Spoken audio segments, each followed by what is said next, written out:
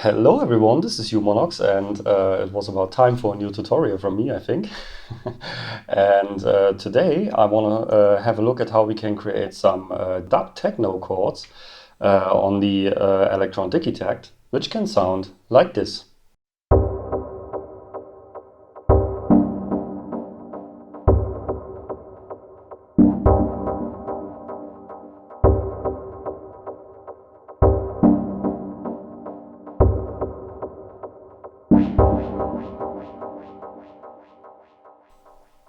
Okay, so to get started, let's create a new project.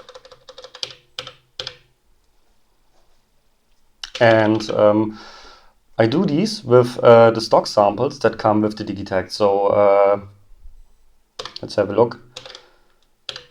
Yeah, on the factory we have the toolbox, and there's something which is called oscillators, and these are basically single cycle waveforms, and I want to use these to shape the sound. So from my tests earlier, I noticed that this classic waveform is very well suited for that. So let's load this thing up.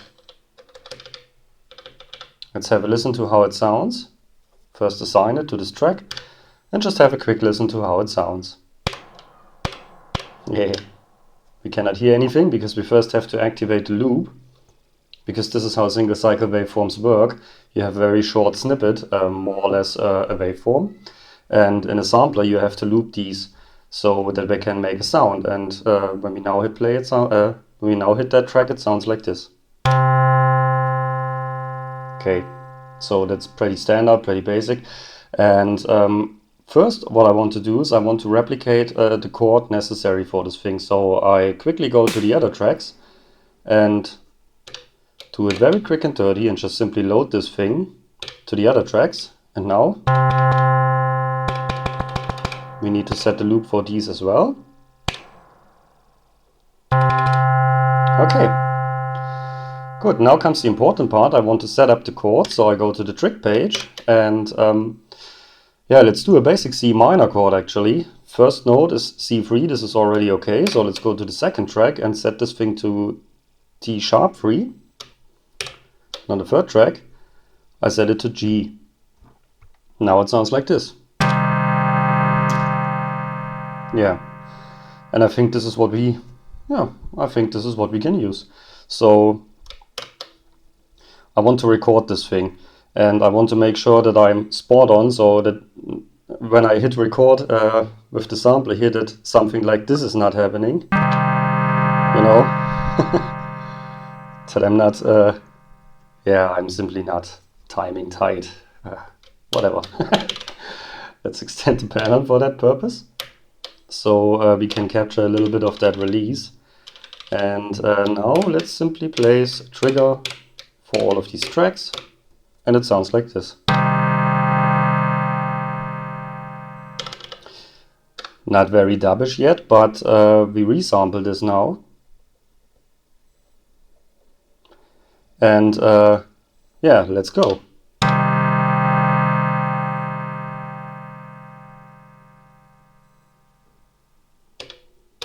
Okay, that should do.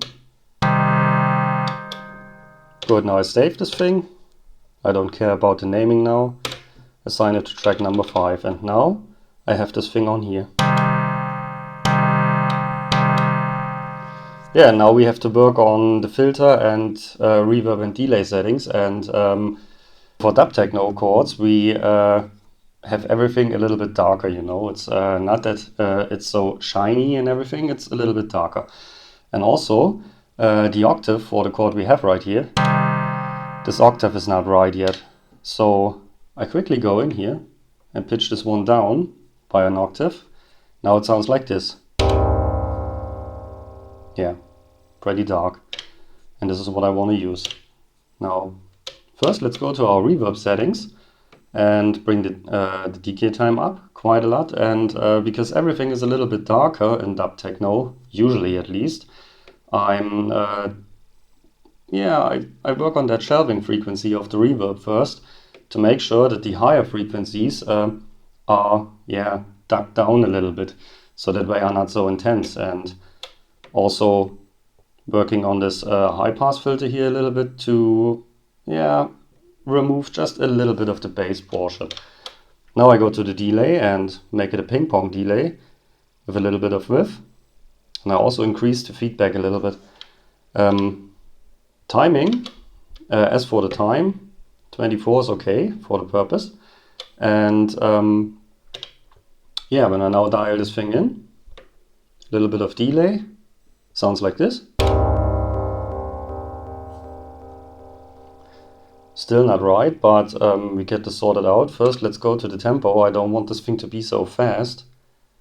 Just go to 110. I think this is sufficient. Okay, so what next? Now we have to work on the filter. And what I want to do is, I want to actually make kind of a short and snappy attack to this whole thing, but it's then going down quite rapidly. So I turn down this frequency, also work on decay of this envelope, and I bring the envelope in just slightly. And let's bring in some resonance as well. Let's have a listen how this sounds. Probably a bit too much resonance. And maybe the decay is not short enough. Try that out again.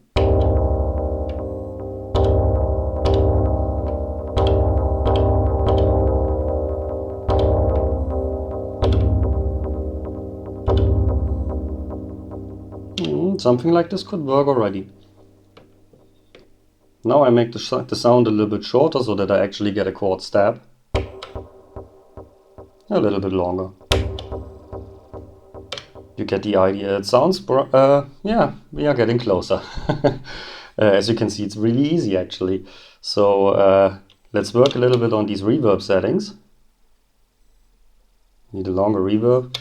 Also, I think the delay needs a little bit more work. Let's bring this one in. So let's send it to the reverb. Let's also work on its high pass filter and let's try it out.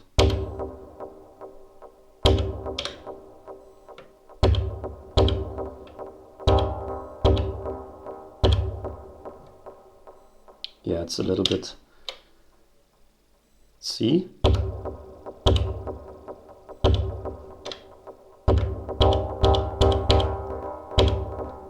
Now the sound itself is not very bright, actually, due to the waveforms we have used.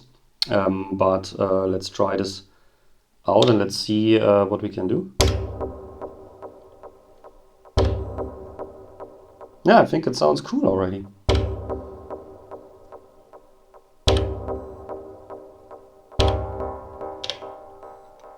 Work on this decay.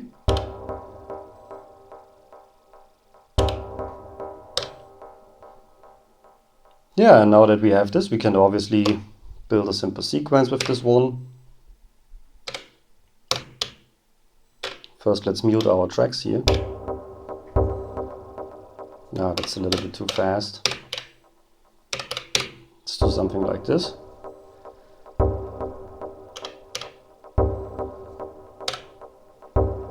Just trying out things, you know.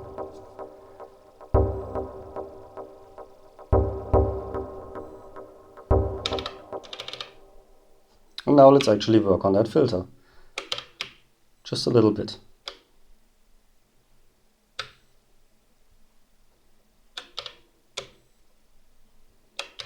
And see how it turns out.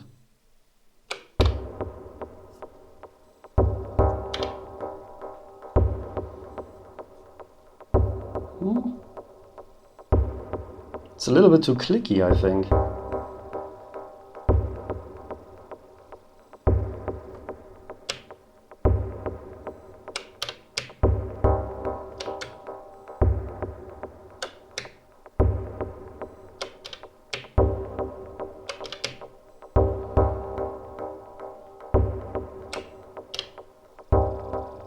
I'm trying to get rid of a little bit of that click by bringing the attack time in.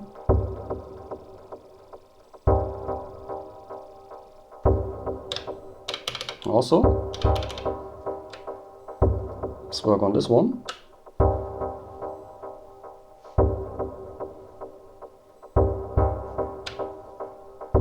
Slight rise effect, you know. Okay, but the filters not, yeah. Yeah, you can see it's a little bit of trial and error as usual, but it's working very good actually, and just a basic thing. And the cool thing is, now that we have these still in place, we can go further and we can try out different waveforms. Let's just try to switch out some of these waveforms, and we can do this on a per note level.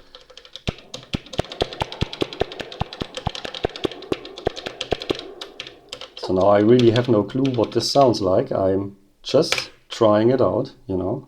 Let's see.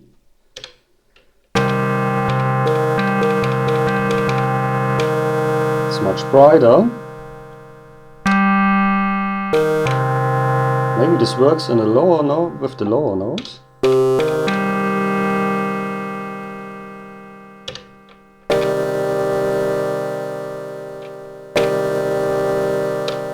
Okay, now I have basically switched all of them. Let's just resample this thing and let's try out how this sounds.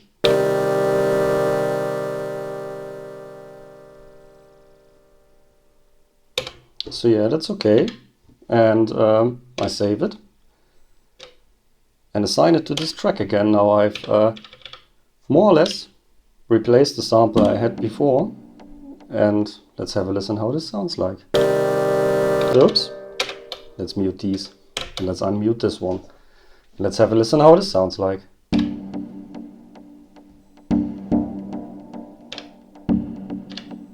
Quite different, you know. And we can bring our initial sample back in and just parameter lock it now.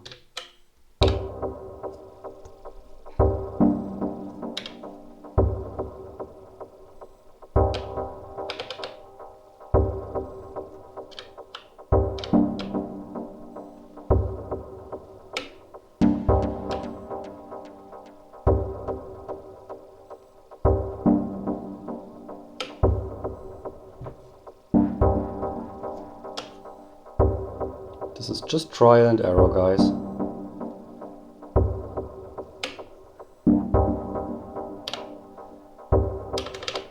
Yeah, but you get the idea, I think. I like this way of working, and generally speaking for chords, I like this way of working because it's not just that we can use these single cycle waveforms we have, which come shipped with the Digitakt. There are quite a few of single cycle waveforms available on the internet or as well. Those Adventure Kit waveforms, I can highly recommend them. And not just this, we can also go into a single sample and just cut out a single portion of it. Let's actually do this. So let's actually go inside and let's find, I don't know, this snare drum. Let's see.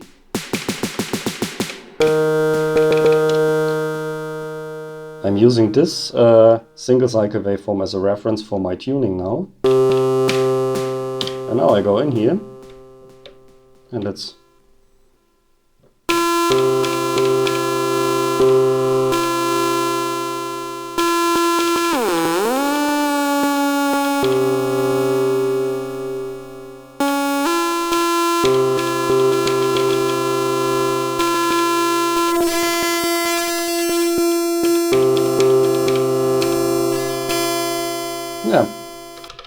I think that's okay. I think it's okay. Let's actually store this thing as a sound now. I just export this one as a sound, simple as that. So it's easier to load it to the other tracks because I've made a couple of changes here. So let's go inside again. Let's say import sound. Where is this thing? Seems to be up here. Yeah, sound 1. Okay.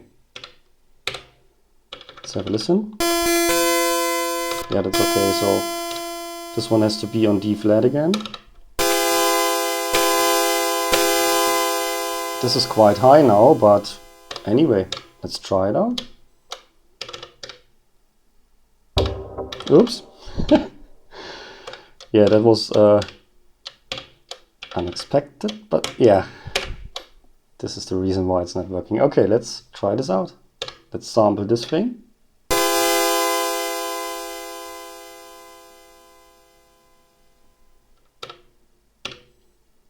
That should be enough. And let's assign it to this track. Let's see. Quite high actually. Let's bring the tuning down. Let's see. Let's try it out.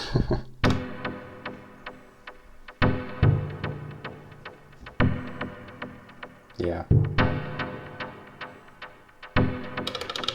But this is just for demo purposes. I think the original sounded much better. And I guess it was this one. Let's have a listen to the original, to what we had before. Yeah, this is obvious. Let's adjust the tuning and let's have a listen to this thing again.